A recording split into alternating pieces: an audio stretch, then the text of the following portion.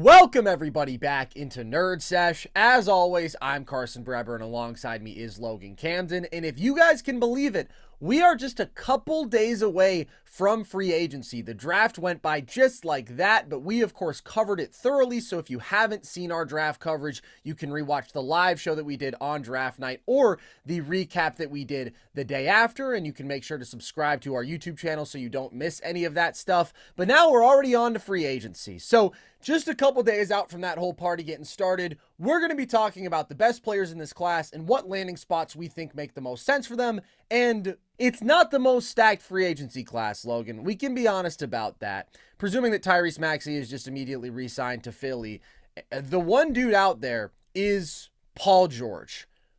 We've heard a lot of rumors about PG. What do you think makes the most sense for him? I think the two most logical destinations for Paul George in this free agency are Golden State or Philadelphia. And Golden State seems like they have a opportunity here, a chance. It seems like there's mutual interest between the Warriors and Paul George, and they've also just moved back the deadline on Chris Paul's guaranteed money in hopes of coming up with some sort of sign and trade, potentially between the Clippers and the Warriors, or potentially with another team. It just gives them a little bit more flexibility. But I think PG works in Golden State for a few reasons. One, we talked about this a couple episodes ago, but just the Warriors' timeline, right? Like, this is a team that can't really afford to waste any more years of this Steph Curry, Draymond Green core. These guys are not getting any younger. They can't continue to straddle this fence of young timeline with guys like Jonathan Kuminga and older timeline with Steph Curry and Draymond Green. They're just going to end up losing out on both scenarios. So Golden State just has to make a decision on what they're going to do. Are you going to bite the bullet and completely move into a rebuild towards the future, which means moving off of a Steph Curry or a Draymond Green, which I think is just unthinkable in terms of what that would do to your fan base. And, these guys are franchise icons. So I think the clear decision they have to make is to go and contend with the guys that they have right now. And Paul George helps them a lot, man. He brings them, kind of the same catch and shoot value that Klay brings, even more. He brings you way better defense than Klay was providing you. He brings some off-the-dribble shot creation, but he also brings some secondary playmaking, which is really what I think the Warriors need, man. It's just another guy that can capably create shots for other people and alleviate some of this offensive pressure off of Steph and Curry. That's probably my favorite destination. I think Philly works too, because in Philadelphia, PG doesn't even have to be the number 2 like he would be in Golden State. He could be a number 3 behind Embiid and Maxey. Both of these teams, I think, make a lot of sense for Paul George going out and contributing to winning at a really high level. I think both of these teams would be legit contenders if they added Paul George. And yeah, I think that has to be the focus. It seems like the Clippers' relationship is a little bit severed. He doesn't really like the fit with James Harden and Russell Westbrook. So I do think PG is leaving, and I think the two best destinations are Golden State and Philly. I do think that the Clippers should do whatever they can to try to bring PG back. Like, we're hearing they don't want to give him a 4th deal on the contract.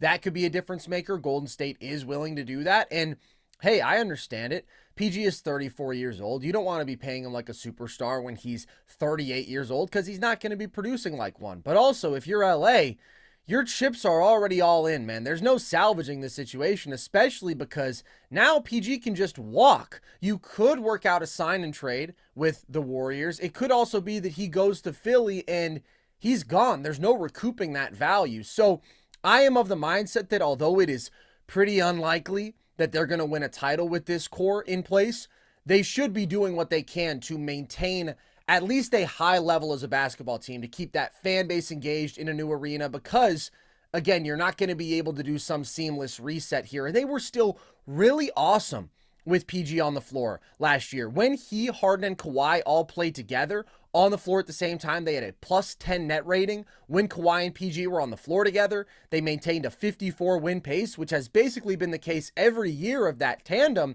And this past team, honestly, I thought reached maybe the highest ceiling that we've seen in this PG Kawhi Clippers era because of the additional shot creation that you got from James Harden. They went on that tear where they were like 25-5 over a couple months. So your future window is kind of screwed no matter what. I would be doing whatever I can to be the best basketball team that I can right now. That to me would really involve retaining PG. But if that doesn't happen, and it seems very possible that it won't, I think Philly is the best option for Paul George. And the reason for that is that there is legitimate title upside there that I don't think the Warriors can quite match. Because when you are talking about Joel Embiid, who, if he can stay healthy, is a top 5 basketball player on the planet, could have just an overwhelmingly dominant individual run throughout a postseason. Tyrese Maxey can shoulder the load consistently of a really high-end number 2, which allows PG to be your number 3, which at this stage in his career is the ideal outcome, playing off of their 2-man game, being an elite spot-up player, but exploding for 30, 35 a night in certain spots. And then if he just gives you 15, it's not the end of the world. He's overtasked in LA when Kawhi Leonard is hurt. He's going to be overtasked in Golden State if their objective is to contend. They're just not quite talented enough. Philly is the spot where he's an excellent fit. He can shoot, he can defend, he can play on and off ball at a really high level. And he would unlock a ceiling for them that they don't have, to me, just with Maxey, Embiid, and role players, unless they really nail the role player adds and upgrade from what they had this past year. But the Warriors would be dope as well. And the funniest thing that I've seen in a little bit, man, was this Stephen A quote going around. Did you see this? Of him saying that he doesn't think that PG fits in Golden State because he's not a catch and shoot player. He would disrupt the flow of the offense, which is just hilarious for a number of reasons. Like, PG is an awesome fit in Golden State theoretically. In fact, he was second among all stars in catch and shoot points per game last year, trailing only one Steph Curry. He averaged 6.6 points per game on 67% effective field goal percentage off the catch. He is incredible there. Off movement, he is very willing to move away from the ball. His release point is incredibly difficult to affect, and he's just a deadeye. He was a 94th percentile spot-up player. So if I'm Golden State, I agree with you completely. The two timelines, it doesn't exist in any way that is functional. Like, that's just not how you build a basketball team around the best player in your franchise's history. I think PG would be an awesome fit offensively and bring you more juice there, which is essential. The Warriors have been trotting out these lineups where you often have 2, if not 3 non-shooters. You have Draymond and a big. Then you have Jonathan Kuminga, who's a really good athlete, but still needs to mature in various ways offensively, can be a ball stopper, not a reliable shooter. If it's Andrew Wiggins slotted in there, he was very inconsistent offensively this past year, and you have no real off-the-dribble creators alongside Steph Curry. Like, no matter how great Steph is offensively, he cannot turn that into a great offense. You need the off-the-dribble juice that you got from even a Jordan Poole a couple years ago. And PG would be a nice blend of awesome off-ball value with some of that on-ball juice. The last team, Logan, that we just got a report about, and it sounds like this is not going to happen, but I thought this was very interesting. The Denver Nuggets were apparently seriously interested in PG, but said they wouldn't want to move draft capital to add him. What's your perspective on that? I think the Nuggets have to do something, considering that it's likely that they're going to lose KCP. He opted out of his contract. I mean, I'm all for it. Like, the West is so tough right now, and the Nuggets are now going to be down 2 really key members of their championship team from just a few years ago.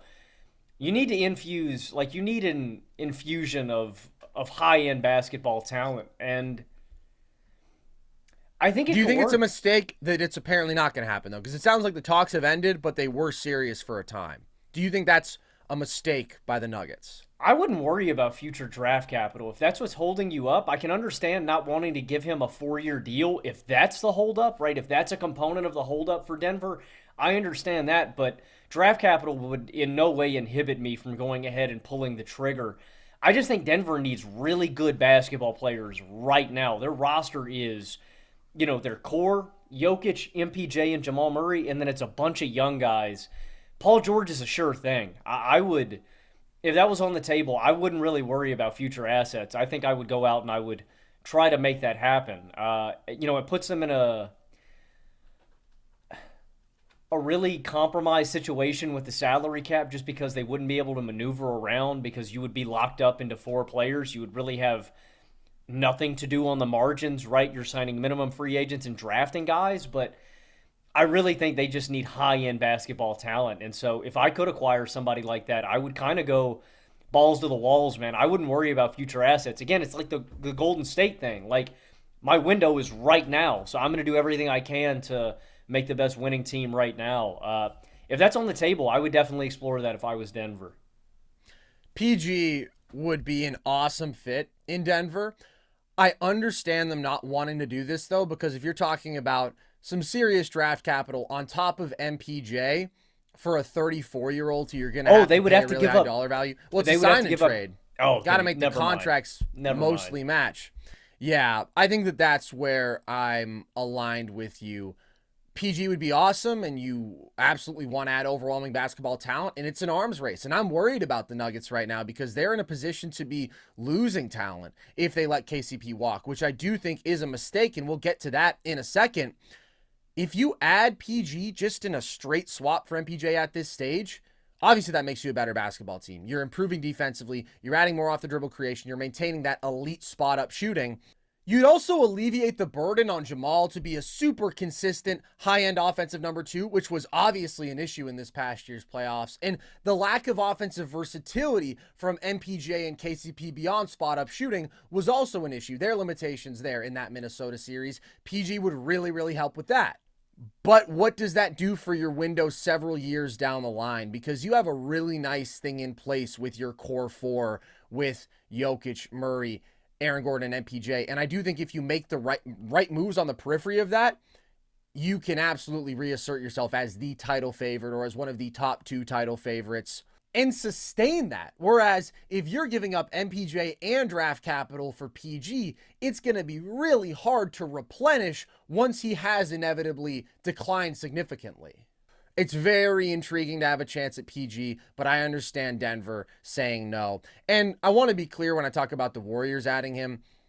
I do think that for Philly, he could unlock a title ceiling depending on what they do around him. For the Warriors, I don't think that that's happening. I don't think there's a title ceiling to be unlocked for the Golden State Warriors at this stage. I just think overall, the personnel is too far away. Some of the key pieces have regressed too much. The value has diminished too much for Chris Paul. Who knows what you'd be able to trade him for at this point? Andrew Wiggins, they're apparently shopping aggressively. I don't know who wants to take him on. But you can be a really, really good basketball team with PG, and that is still worth doing as long as you have Steph Curry on your basketball team. You owe that to him because straddling this fence doesn't work for me, and it's not fair to your 35-year-old superstar who is still committed to you. But Logan, as we mentioned, KCP has opted out of his $15 million player option to stay with Denver. Not surprising because he's going to garner more than that on the open market, but we have heard numerous quotes from Calvin Booth, the Nuggets GM, that makes it sound like they are planning for a post-KCP world. They're talking about great teams have to find a way to replace their 4th and 5th starters. We would be okay without him. How do you feel about that outlook from Denver, and what do you expect to happen with KCP? No, Carson, the Nuggets are not going to be okay, and that seems to be the prevailing take across basketball circles. A lot of people seem to think that this is just going to be a very simple, okay, we lose KCP, we're just going to plug in Christian Brown, we're going to plug in Peyton Watson, and we're just going to be A-okay. I think you are completely underselling Kentavious Caldwell-Pope's value as a basketball player if that's what you're thinking. This guy is a 2-time NBA champ. He is a crucial piece to this core. He brings you elite catch and shooting, elite spot up value. He brings you elite perimeter defense. There are very few guards that I would take over him defensively. And again, like I mentioned earlier, this is now looking like a very different basketball team than the title team. You already lost Bruce Brown. Now you're losing KCP. I mean, these are invaluable guards to your rotation. They just re-signed Murray to an extension. I don't blame them. I think they should lock into this core of Jokic, Murray, MPJ, and Gordon. But it is not just going to be as simple as we plug in Christian Brown. You are losing a ton of value shooting, and we've talked so many times, Carson, about how this is a machine and how this collective just works, right? It's all hands on deck. It's everybody working together. When you lose one of these pieces, the entire machine can fall apart. And I think KCP is that kind of crucial piece to this championship puzzle, man. Like, if they lose him, this legitimately takes Denver down a notch from the other contenders to me. Like, I don't know where I would put them. this may shift them behind Oklahoma City. This may shift them behind Dallas to me. This may shift them behind the likes of Minnesota. KCP is so, so important, and I think that it is imperative that this front office goes out and gets somebody that can replace, like 90% of his value. They should not. I love Brown and Watson as wings off the bench. I think they crushed it by drafting DeRozan Holmes to be your 4 and 5 off the bench. I like those guys, but you desperately need a 3 and D2 guard. Basically, you just need to try to bring back KCP if you can. And then 2, you need another bench ball handler like you had in Bruce Brown a couple years ago. This is a major, major loss to me, Carson. People that are just wiping this under the rug, I think that's a foolish take. I think KCP is super important to the Nuggets championship hopes, and if they lose him, that takes the Nuggets down a notch for me. Absolutely. KCP is one of the best pure 3-and-D wings in basketball. I think that looking at this as, hey, we can replace him, we're going to let him walk, that's inexcusable to me. Pay him $25 million a year. He is worth that on the open market. He is absolutely worth that to you. He's an 86th percentile spot-up player. He is both a great shooter and a super effective closeout attacker. And if there's one thing that this Denver offense needs more of, it's dudes who can both knock down shots and attack off the bounce, use their athleticism. And that's where, when you look at some of the replacements for Denver, like a Klay Thompson that we're hearing buzz of, I think that's interesting. You are losing some of that athleticism off the bounce, though. He's also an elite point of attack defender, which you're going to be losing value there if you try to replace him with some outside free agent. And if it is just bumping up the responsibilities of Christian Braun, who I really like, that's a big loss, man. I mean, Christian Braun is going to bring you the energy and the athleticism. He's going to run the floor hard. He's going to play his ass off. There are stretches where that man does not want to shoot the basketball. And when he does shoot, he's erratic. Peyton Watson has the exact same conundrum. I don't want to understate how valuable it is just having a dude who you look at and you confidently say he's going to knock down 40% of his threes off the catch, and he's going to take on the opposing team's best offensive player from the perimeter, unless it's like a bigger forward, then you have AG for that. But if it's a small guard, KCP is really, really good in those matchups. And it is a machine, Logan. It is a well-oiled machine. And it was disrupted a bit by Minnesota in this postseason, but that's a pretty exceptional defense with a pretty exceptional formula to disrupt this Nuggets offense. And you got very bad Jamal Murray. I still believe deeply in the formula of what Murray can do as your perimeter creator and shot maker, having a finisher in the dunker spot like Aaron Gordon, having Nikola Jokic doing everything he does as a post scorer and playmaker, and just dictating that offense at such a high level, and then having 2 awesome shooters on the wings. I would like a little more ball handling, a little more athleticism in Denver. That is one thing that kind of got exposed in this past run, but I still really like that formula. It's been the best starting 5 in basketball. They got a plus 13 net rating over the last couple years, and Brown, Watson, Julian Strawther, those dudes aren't ready to be starting on a title team this year. So I think it would be very costly for Denver to let him walk.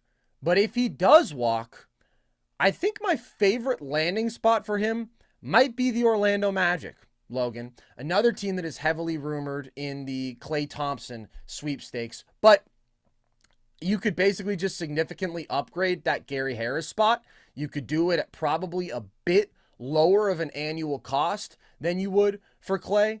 And just adding an elite perimeter defender, an elite 3-point shooter, that would be awesome. I also think if the Sixers don't get PG, then he could be a really, really nice upgrade for them in terms of having a consistent high-level wing. The Dallas Mavericks want him. He would be fantastic for them.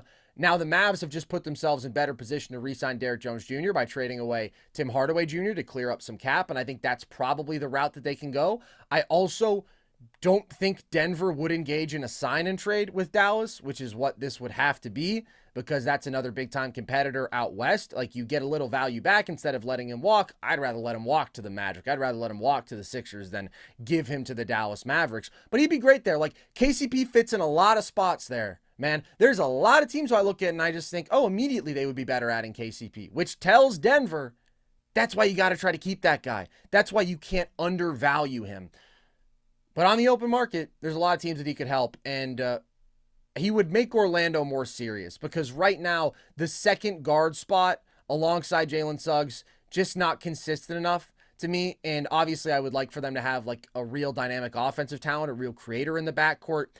That guy's not coming available in this offseason to me. I was going to say that's the ultimate limiter for Orlando is the fact that they don't have like just a high-end pick-and-roll creator, a guy who you can just give the rock to and go fill it up. But, I mean, he complements Suggs. He brings you that element of reliable shooting and defense that you don't have. I also thought about I also like to say I think he really works in Dallas. That is like a dream scenario alongside Luka and Kyrie. I also think he works in Cleveland. I was thinking about their guard situation and their wing situation in these playoffs. And I already know they have guys in like similar roles and what they do, like in Max Strus, in Isaac Okoro. I think if you added KCP, again, you get just way more reliable shooting and defense, but it also gives you flexibility to maybe move off of a Garland if you want to find a more malleable piece that fits alongside him, right? You could run Donovan Mitchell as your de facto point guard, KCP at the 2, Okoro at the 3, and with Garland, you could explore finding, another complementary wing, another complementary big, if that's something that you wanted to do. But like you said, dude, KCP is in this archetype that is just invaluable in the modern NBA. He's going to defend at a super high level, he's going to shoot at a super high level, and he's reliable and consistent. Yeah. Basically every team in the NBA could use a guy like that. And that's why Denver needs to wake up, turn the lights on, and say, hey, KCP, here's a lot of money. Come and play basketball for us because you're a really valuable asset. I don't think Denver can afford to lose him, man. It makes a real difference on my outlook for Denver as a championship contender. And I get that he just had a really rough postseason. Really rough. I mean, he struggled from beyond the arc in a way that we've rarely seen from him, and that was costly, particularly in that Minnesota matchup. Guys just not being able to knock down their spot-up jumpers, allowing the T-Wolves at times to double Jokic so aggressively and not being able to hold them accountable. KCP was complicit in that, along with MPJ. Both those guys let you down. He was also hurt, though. And I do think, even though he's never going to be a really high-volume production guy, it's not just the three-point shooting and the perimeter defense, as we've talked about, and the closeout attacking. It's also what he does in transition on both sides of the ball. He's one of the best transition defenders in basketball, and he runs the floor so effectively offensively. And there's just really good chemistry there, man. There's just really good synergy, and that continuity is so valuable to me. I think it'd be a shame if Denver let him go. But a potential replacement, Logan, as I just mentioned, could be Klay Thompson. We're hearing rumblings about that. Klay has had this sort of extended drama surrounding him, discussion of whether or not the Warriors are going to re-sign him. Where do you think he ends up? I have no idea where Klay goes. Apparently he wants in the ballpark of like $20 million a year. I don't think that's really an egregious contract for Klay at this point in his career. I think if you were going over that, I might push back a little bit. I've heard rumblings of potentially maybe PG to Golden State, Klay to the Clippers, right? If we did a little sign and trade with some other assets from Golden State included in that. I kind of like Dallas. I think Dallas would really be fun for Klay. And I think it's a value contract. Again, maybe that's a sign and trade with like a Tim Hardaway. That's not intriguing to me. He's gone. They traded him. Oh, they got rid of him? Literally this morning, yeah. Wow, I hadn't heard that. Where's he going? He's going to Detroit, the team that has the most cap space in the whole league. Dallas got Detroit. No, that's a good deal. They got 3 seconds. They just gave up Quentin Grimes. I think it's a win-win.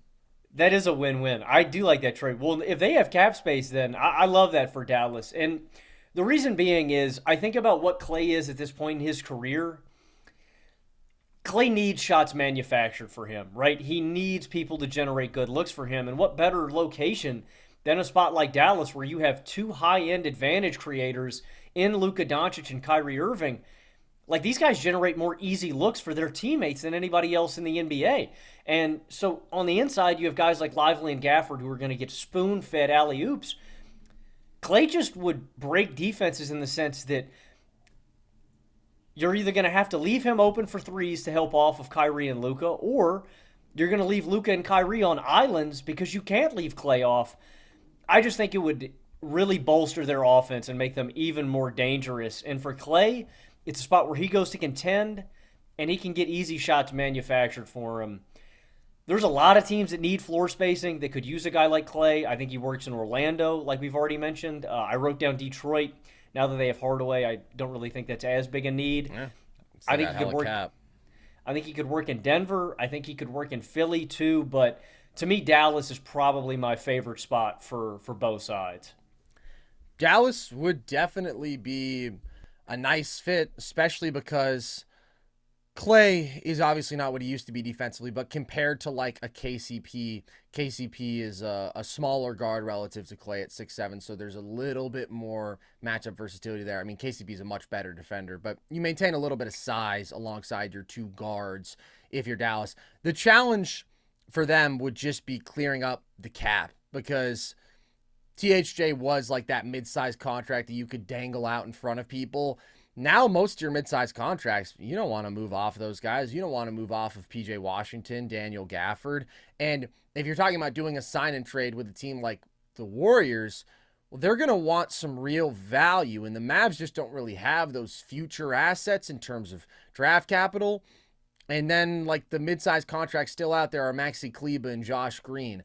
I wonder if that gets a little bit clunky and if it's easier for a team to come in and sign Klay outright. However, I do not want the Orlando Magic to be that team. And we've heard a really wide range in terms of what Klay's value is going to be. You say $20 million. I've seen some reports say that they think Orlando might throw him $30 million plus a year, which to me would be a big mistake. 26-year-old Klay Thompson would be perfect for the Orlando Magic. You desperately need elite shooting. You just need more offensive punch from the perimeter, and that was an awesome point of attack defender, that version of Klay Thompson. Like, that'd be great. I can see the vision there. 34-year-old Klay Thompson, who scored at slightly below league average efficiency this past year, who's bringing you minimal playmaking, who has regressed defensively, I would be significantly less interested in, because Orlando's in an interesting spot where you're young and you're good. So you're sort of straddling, okay, how much do we want to improve immediately versus how much do we want to maintain our youth and our upward trajectory? I just think at this stage you want to maintain your flexibility. You're good, but there's not pressure to go out and sign a 34-year-old, man. Like, there's going to be some star over the next year or two who comes available, who is much more in line with your timeline. Klay's just not the dude who I would be paying $30 million a year, probably if I were anybody. And also, again, if I could get KCP for less money if I were Orlando, why would I not do that? He's younger, he could be cheaper, and I'm getting more of the defensive value. Offensively, of course, Klay is still a more special shooter, but KCP is really, really good there. I also thought about Detroit for Klay just because you need shooting desperately. THJ doesn't solve that single-handedly, and he's not very good at basketball, and cap doesn't mean anything to them. But ultimately, I think that they're probably going to want to remain the team that can, like, eat up other people's bad contracts to take on assets for that, as opposed to signing, overpaying for a guy like Klay, who obviously doesn't fit their timeline, but, like, would just help them a bit in the immediate. I don't really see that happening. And when we get to Denver, Logan, I'm very interested in that. I'm not going to lie. I think that he could be really, really effective in that situation. Now, I'm not really sure why you would let KCP walk, but would then pay Klay. But just when I think about the offensive fit, I mean, he would be an absolutely insane shooting weapon. What has the comp been for MPJ offensively, right? He's sort of like a supersized Klay in some ways. Just these insane pure shooters from beyond the arc at good size who can hit from any angle, off any catch, with any sort of footwork, any alignment to the basket, like just all-time gifted pure catch and shooters. That is an awesome thing to put alongside a shot-creating duo like Jamal Murray and Nikola Jokic. It is extremely effective. And Denver is such a creative offense. There's so many layered actions that they're running. Like, they do a really nice job of springing dudes open. And there would be such a diminished burden on Klay there. He's your fourth option. That really does excite me. Again, you have to figure out, if you're Denver, how are we getting back to the level defensively that we need to be at without KCP? Because in that title run, they were an awesome defensive team. And when you're bringing in Klay, it's not just that you're downgrading defensively in a vacuum. you're losing the option, particularly for like those guard matchups. Aaron Gordon can take on the bigger wings. Who is going to be your primary defender when you're dealing with some of the best guards in basketball? That was KCP. And now those options are all going to be on your bench. It's going to be Peyton Watson. It's going to be Christian Brown. That is where I worry a little bit about the Klay fit. But when I think about the offense, I mean, I salivate. Like, I think that would be pretty amazing. Again, like we talk about with PG, it's not as good for your timeline, but you wouldn't be giving up assets like you would be to getting PG. And I am a little bit worried about the lack of any sort of ball handling, attacking off the bounce that Klay does have. But that pure shooting, man, in Denver, whew, that would be something. Yeah, I can see it offensively. I'm just worried about all the other things that you mentioned. I mean, you really I would rather just keep KCP. That's a better 100%, course of action for Denver. 100%. You know, you've just got two slower-footed guys who aren't great defenders. I feel like that, again, come playoff time, you were likely elevating Peyton Watson or Christian Brown to, you know, getting 25-plus minutes a night, taking on really big defensive assignments. I just don't know if those guys are equipped. But again, it doesn't really seem like Denver has a choice on if they're going to be able to keep KCP or not. You know? No, they do. That's going to be... They can pay him $25 million. It seems like they don't want to. I'm saying that if KCP wants to leave, he's going to leave. I'm not saying they can't throw him money. That's why. They can throw Klay or KCP money. I'm saying that if KCP is destined to get out of Denver, he can just leave. So if KCP just wants to leave you, you're going to have to find a guy to replace him. Klay can give you a lot of that value back, but yeah, I would definitely still view Denver as an inferior team to a lot of these other teams out west. A lot. If they, at least three. I mean, just off losing KCP if they replaced him with Klay. I mean, I'm looking at them and Dallas and OKC on the same tier, and I'm probably looking at Minnesota as like the number one. Wow. I don't know that I agree with that. We'll see what OKC does. They're the wild card and that they can get significantly better, but also they're letting some opportunities pass them by. They don't get Denny. We'll see if they ever make a move on Markkanen. We'll see if they make a move on Hartenstein. We'll talk about that in a minute. But as things currently sit, if they don't improve, and they're going to improve in some way, but I think Denver could still very well be the favorite out west with Klay instead of KCP. I don't think they would be quite as strong, but the Minnesota thing is like pretty matchup specific. Not to say that Minnesota isn't on like the level of these best teams, but they are particularly problematic for Denver. Dallas, I don't think their basketball talent is quite in that tier. I would knock them down just a little bit below. I think they're going to be really good. I would be really surprised if they replicated a finals run. So I think I'm higher on the Klay fit. I think I'm higher on Denver in that specific post-KCP world than you are, but I still don't think it's a world that they should just be totally comfortable with existing in. What about just Klay going back to the Warriors, Logan? What do you think the chances of that are, and does that make sense for both parties? I think that relationship is probably a little severed. I mean, I love it, right? Like it. The thing is that I really think Golden State needs like an upgrade. If Klay is going to be your number 2 next season offensively, that's a problem. Klay, I think, can be your number 3 on a good team, right?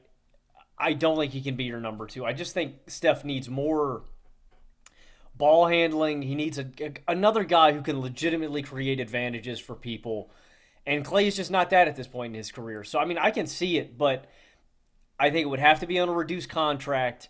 And I think there has to be something in place with Wiggins and Chris Paul to move off of either one or both of those guys to get a legitimate upgrade and a legitimate number 2. If I'm bringing in Klay back to be my number 2, he can just leave. Like, there's no point. I don't want to see Klay leave Golden State because I think him and Steph are something special. They're one of the greatest spectacles in sports history, man. Still, they're still so much fun to watch. But they have to get a legitimate number 2. And if Klay comes in the way of that with his cap, then I'd be okay with letting him walk. It certainly cannot be plan A for them. PG has to be plan A. If I'm the Dubs, I'm all in on that. I'm doing whatever it takes to make that happen. I'm dealing Jonathan Kuminga in a sign and trade. I'm just adding a top 25 player on the planet to see how close we can get to these contending conversations. If PG flops, The problem is that there's just not really a market to add high-end talents outside of that. So maybe you do just have to bring Klay back at that point, but not a guy I would want to pay more than $20 million a year, and there's clear limitations to him being overtasked as a number 2 option at this stage in his career. And we know what the Warriors are. They can be a decent playoff team. Unless they make significant changes, they're not improving beyond that. So as much as I love Klay, appreciate everything he's done in Golden State, I think just for the basketball world, it would be more interesting to see him elsewhere. And it would be more interesting to see the Warriors try to upgrade that number 2 spot. Get ready for a night full of big fights and big action. It's UFC 303, and it can be even bigger. Jump in on all the action at DraftKings Sportsbook, the official sports betting partner of UFC. It's super easy for first-timers to get started. Try betting on something simple like picking a fighter to win. Go to the DraftKings Sportsbook app, select your fighter, and place your first bet. It's that simple. The light heavyweight title is on the line in the main event, but there are so many more amazing matchups happening in Vegas. And speaking of amazing, if you're new to DraftKings, listen up. New customers can bet $5 to get $150 in bonus bets instantly. Download the DraftKings Sportsbook app now and use code NERDS. That's code NERDS for new customers to get $150 in bonus bets when you bet just $5. Get that big fight feel only on DraftKings. DraftKings, the crown is yours. All right, Logan, we've mentioned Isaiah Hartenstein. He is the premier big on the market this year. What do you think happens with him? And like you just mentioned, Oklahoma City is the no-brainer dream fit, I think, for Hartenstein in terms of what he brings and what Oklahoma City needs. Oklahoma City's biggest need by far is front court help, depth, and size. Hartenstein gives you an ability to start him at the 5 in some looks against bigger teams and run Chet Holmgren at the 4 if you need. He also just gives you stability and size off the bench that you didn't have last year, right? You're talking about running Jalen Williams as your backup 5 and these weird lineups where you're just completely undersized. Oklahoma City desperately needs size, if that's at the 4 spot, if that's at the 5 spot. And Hartenstein not only brings rebounding and defense, he's also a decent touch shot maker, right? He's not a complete zero offensively. He's the GOAT. Like, in that little intermediate range. I'm just saying, he's not going to manufacture looks for himself, right? They're going to be spoon-fed to him from SGA or somebody else, but he can hit those shots, and that's valuable to have. So Oklahoma City, I think, is the dream scenario. I also think he works in Sacramento. Sacramento needs a backup 5. I don't know if he'd be willing to just come off the bench for Sacramento in like 20 minutes a night behind Domas. I also think, and this is not going to happen because this front office is one of the dumbest in all of basketball, and they have no idea what they're doing. Chicago needs another 5. Like, Chicago needs a starting 5. Nikola Vucevic is not the answer. Andre Drummond is not the answer. Isaiah Hartenstein could come in here and be the starter immediately and would be the best center on this roster. Chicago is one of the dumbest organizations in sports, though, so I just don't think that he might not even be on their radar. They might be thinking, oh, if we bring DeMar back, we're going to win 50 games next year, and Kobe White's going to be finals MVP. The Bulls are completely lost as a franchise, so I think it works. I don't think the Bulls know what they're doing. So the most logical fit to me out of all of these is Oklahoma City, and that's kind of my question with Hartenstein, Carson. Do you think he's okay with, after this prolific playoff run from Hartenstein, a great playoff run with him in New York, do you think he's okay with going and playing a backup center for a team again? Well, OKC would be really interesting because I do think you would have the versatility to either bring him as your backup 5 or have him as your starting 5 with Chet at the 4.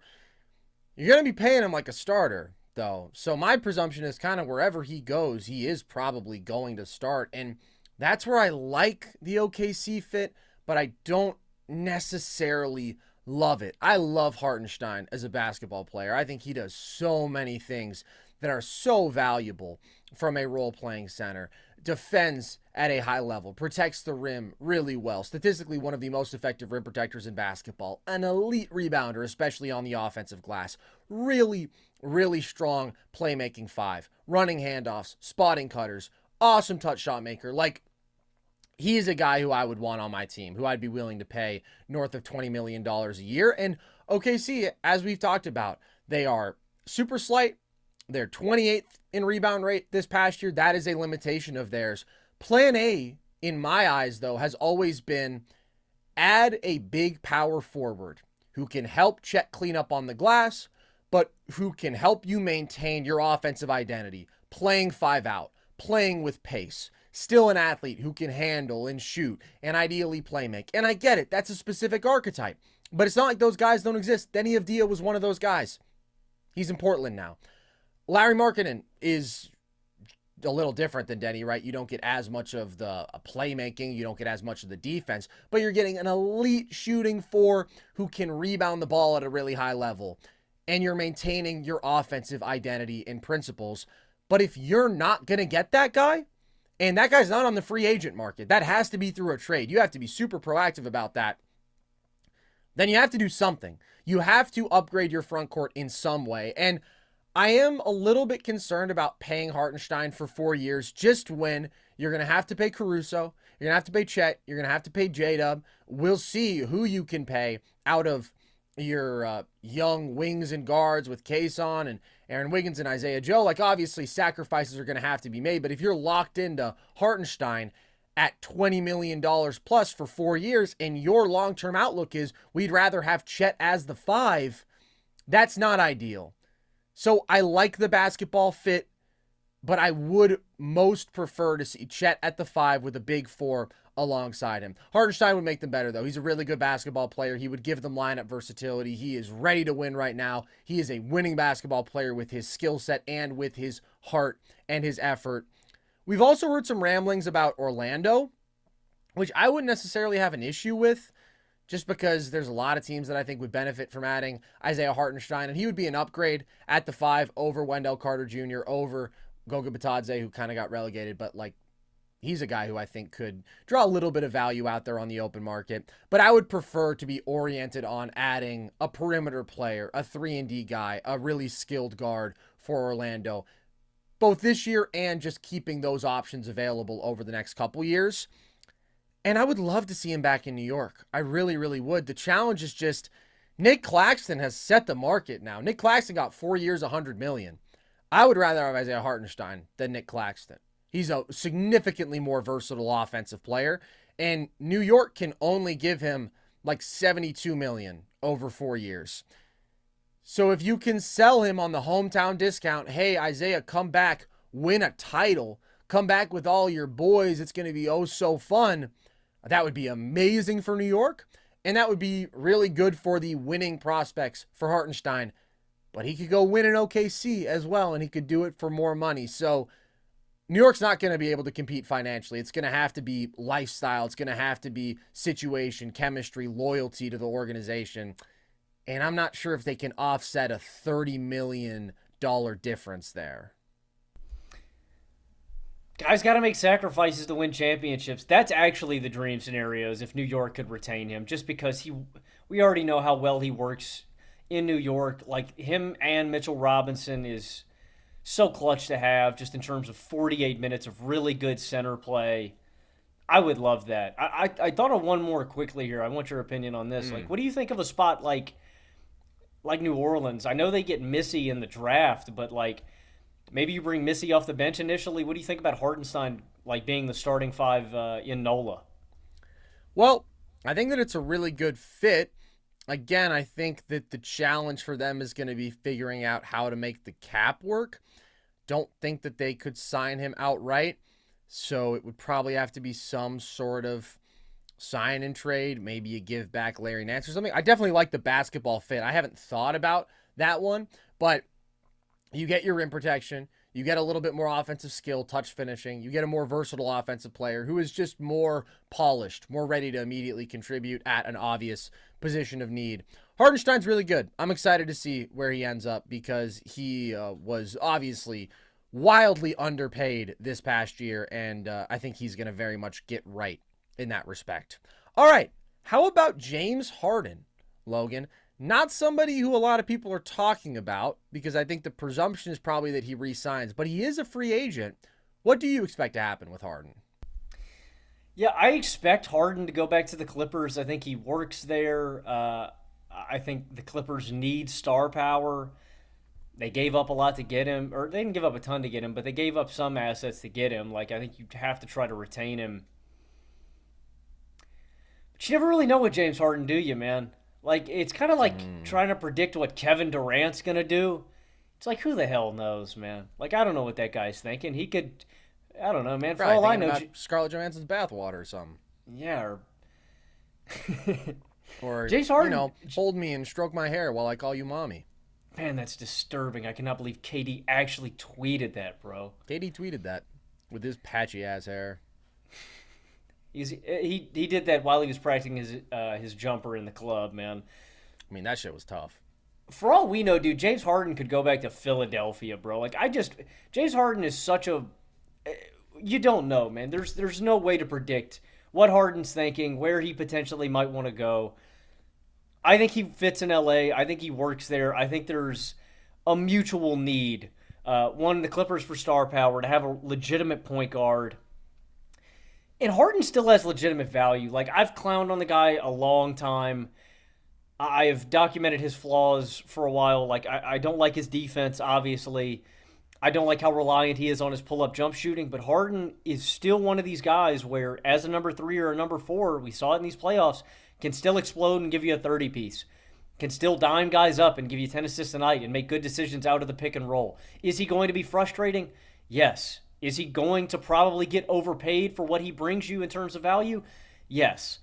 Harden's still a very valuable asset in the league today. I think he goes back to the Clippers, though, because with his unpredictability, I also don't know if many other teams are jumping at the opportunity to go and get a guy like James Harden at this stage in his career, at his age, with his temperament and his volatility. So I think he goes back to the Clippers. I just think it's the best fit for all parties involved.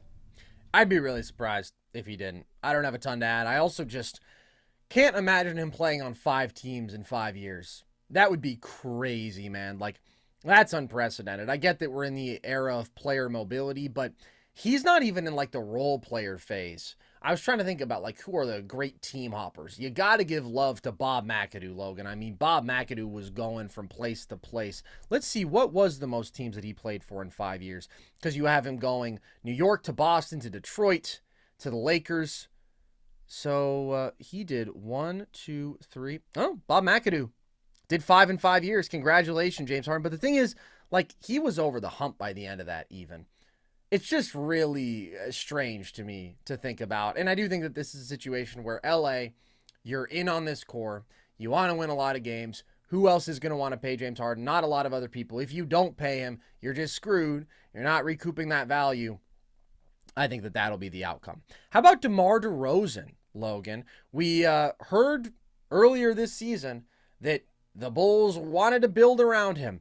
Now we're hearing a little bit of a change in the tides after dealing Caruso, after picking 11th in this year's draft. Seems like they might be more amenable to moving off of the DeRozan, Levine, Vucevic era. What do you think ends up happening with DeMar? Key word there, moving off. It's like the Chicago Bulls have an option. They don't. He's a free agent, you guys. That's why we've been saying you should maybe trade some of these guys before their contracts are up so you can bring some value back in. Because when they become free agents on the open market, they can take a step back and they can look at Chicago's state of their organization and go, oh, wow, this team's actually nowhere close to contention. Yeah. And we're what kind middling. of idiots would be paying me and those other 2 guys? Yeah, exactly. And so this just encapsulates all of my issues with Chicago's front office. Way to go, guys. You're just going to let DeMar walk for absolutely nothing. You're probably going to delude yourselves this offseason into thinking that Zach LaVine is your building block and you're going to go win the title or something. The Bulls have no idea what's going on, man. This is just the most Chicago Bulls thing ever, letting DeMar go for nothing. The one thing that is clear to me about DeMar, I don't know where he's going to go. He should get as far as humanly possible away from the Bulls. They don't know what they're doing. They're nowhere close to contention. DeMar, you're getting older. Go somewhere where you can win basketball games. And the thing that makes this tough, Carson, is DeMar is such a skilled basketball player, but the thing about him that's always been the issue is it's like, where does he go and really impact winning at a high level? Like at this point in his career, I don't mean this in any disrespectful way to DeMar DeRozan if you like him as a basketball player, because I think he is exceptionally talented. Mm-hmm. Is he a sixth man at this point in his career? Like, I just don't know where. Let's settle down. I just struggle to find a logical spot where I really want him taking the ball out of someone else's hands and taking touches from guys. So I don't really have an idea. I'm going to rack my brain here for a minute and see if I can come up with some destinations. The one thing that's abundantly clear to me about DeMar is that he should leave Chicago. He should get the hell out of there. Yeah, I don't think that there's going to be a hot market for DeMar in the scope of his basketball talent, his production. But I do think that DeMar has probably gotten underrated at this point. He's had a really interesting career arc where it's like he was this super fun, athletic volume scorer in Toronto in an era where that sort of aesthetic was all the rage, and he was on some really good teams. Then he had some of the playoff struggles, and then with just the evolution of modern basketball, it became, okay, here's a wing who doesn't shoot from beyond the arc, who doesn't defend at a high level, who's going to want that guy? I think lost in that is just how awesome an on-ball creator he still is. First and foremost, as a scorer, but also as a playmaker. He is a legitimately good playmaker.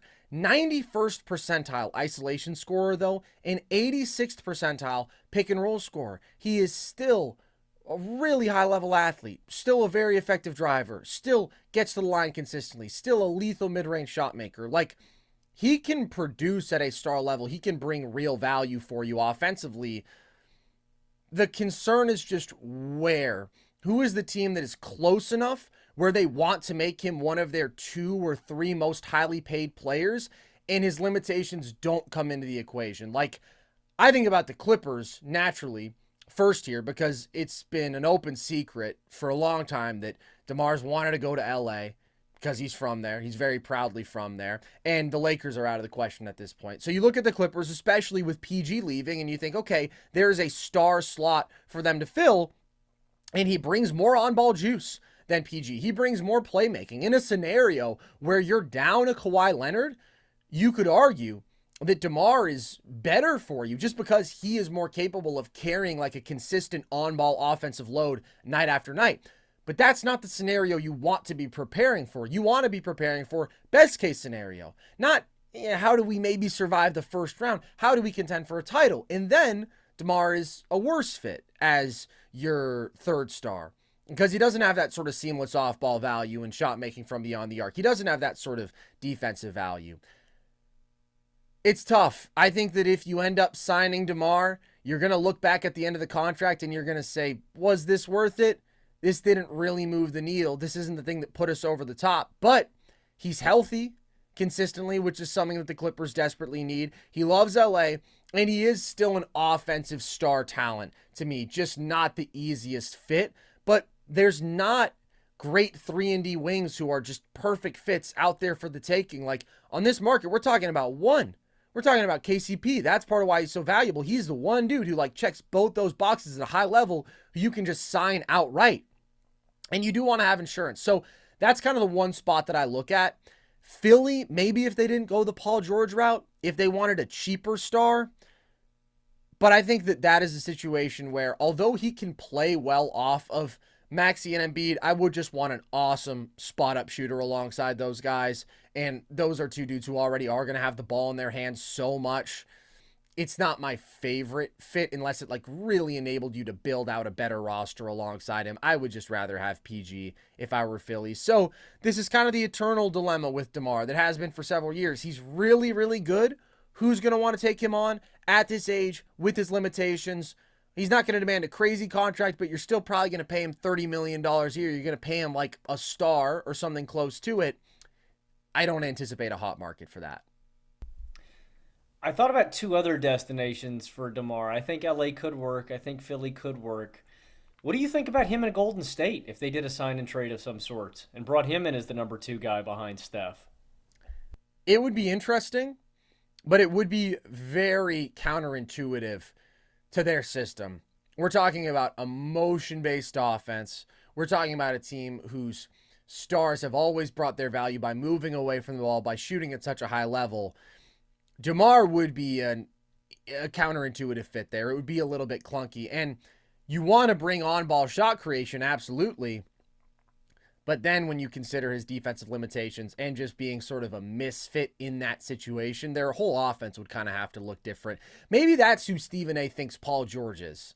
Like, DeMar is a spot where I think, well, catch and shooting actually obviously is not his game. That to me would be kind of a desperation move from the Dubs. Yeah, they just don't have a ton of great options, and No, I think don't. it at least PG or bust, man. Yeah, it at least would help Steph in terms of having another guy that can at least go out and get his own shot, which I think is a big need for them. The other one I thought about, what do you think about, and again, I don't love the dynamics of this fit, what about Memphis? Ooh, well, what would they be giving back? That would have to be a sign and trade. Definitely, it would be. I just think I don't like it. And the reason is just already you're going to have to figure out how do we maintain a high enough level offensively in the half court while, as we've talked about, maintaining our defensive strength, which mostly requires a 5 playing alongside Triple J. Now you have a Zach Edey who stabilizes things on the glass, who is a pure rim protector, should be pretty good. But if we're talking about putting Ja downhill, inconsistent pull-up shooter, not a guy who's going to want to take a lot of shots off the catch, with DeMar DeRozan downhill, not going to take shots off the catch, I don't think that fit works. Yeah, I mean, and that's kind of the thing with DeMar is that there's no real like perfect, easy, seamless fit for him across the league. I think wherever he goes, it's going to be a little janky, but he still has a really valuable skill set and could help a team, could help a team out with what he brings. So he's the biggest X factor, or not the biggest X factor, but the biggest wild card to me in this free agency. I really don't know who's going to take that bait, man. I'm super intrigued where he's going to go. If PG walks, Clippers would at least be fun. Clippers fans are probably tired of taking on aging stars and trying to like force this sort of contention when it's probably not ever going to come to fruition. But you've kind of already made your bed at this point. There's not really getting out of this situation. And that, honestly, just kind of perplexes me in the context of like the MPJ deal. Not that MPJ is like a building block as a number 1 down the line, but he would be a young player who would fit immediately, who would help you continue to be a really good basketball player, and who down the line like would still have value for you a half decade from now. I don't know that you had to be like super pushy about the draft picks there. Like, that's pretty good getting MPJ at all back for PG in any sort of draft capital if I'm the Clippers. But I also understand that they want to try to hold on to PG. And if they can, then that's probably still the best case scenario for them. Win 53 games next year, lose in the second round, get hurt, disappoint everybody. At least you won 53 games. So that is all that we had to say on the matter. We will be back reacting to the first day of free agency very late Sunday night or first thing Monday morning and see how this all goes down. Should be fun. It always is. Hopefully there's some fun trades in the mix as well. We'll see, and we'll be here when it all goes down. So with that, appreciate you guys as always. Hope you enjoyed. If you did, there's plenty more Nerd Sesh content, all of our draft stuff on our YouTube channel. Lots of fun trivia coming up, which you can also catch across social media. Some of the short form trivia stuff, TikTok, Instagram, at NerdSesh, Twitter at Nerd_Sesh. You can check out our merch at thevolume.com, and you can join our Discord to chat with the fellas, to start a discourse, and to move this country forward, Logan. That's what we're all about. Am I right? Can I get a hell yeah? Hell yeah, brother. Can I get a booyah? Booyah! Can I get a cowabunga? Cowabunga, man. Amen to that, brother. And with that, as always, appreciate you guys. I've been Carson Brabber. I've been Logan Camden. And this was Nerd Sesh.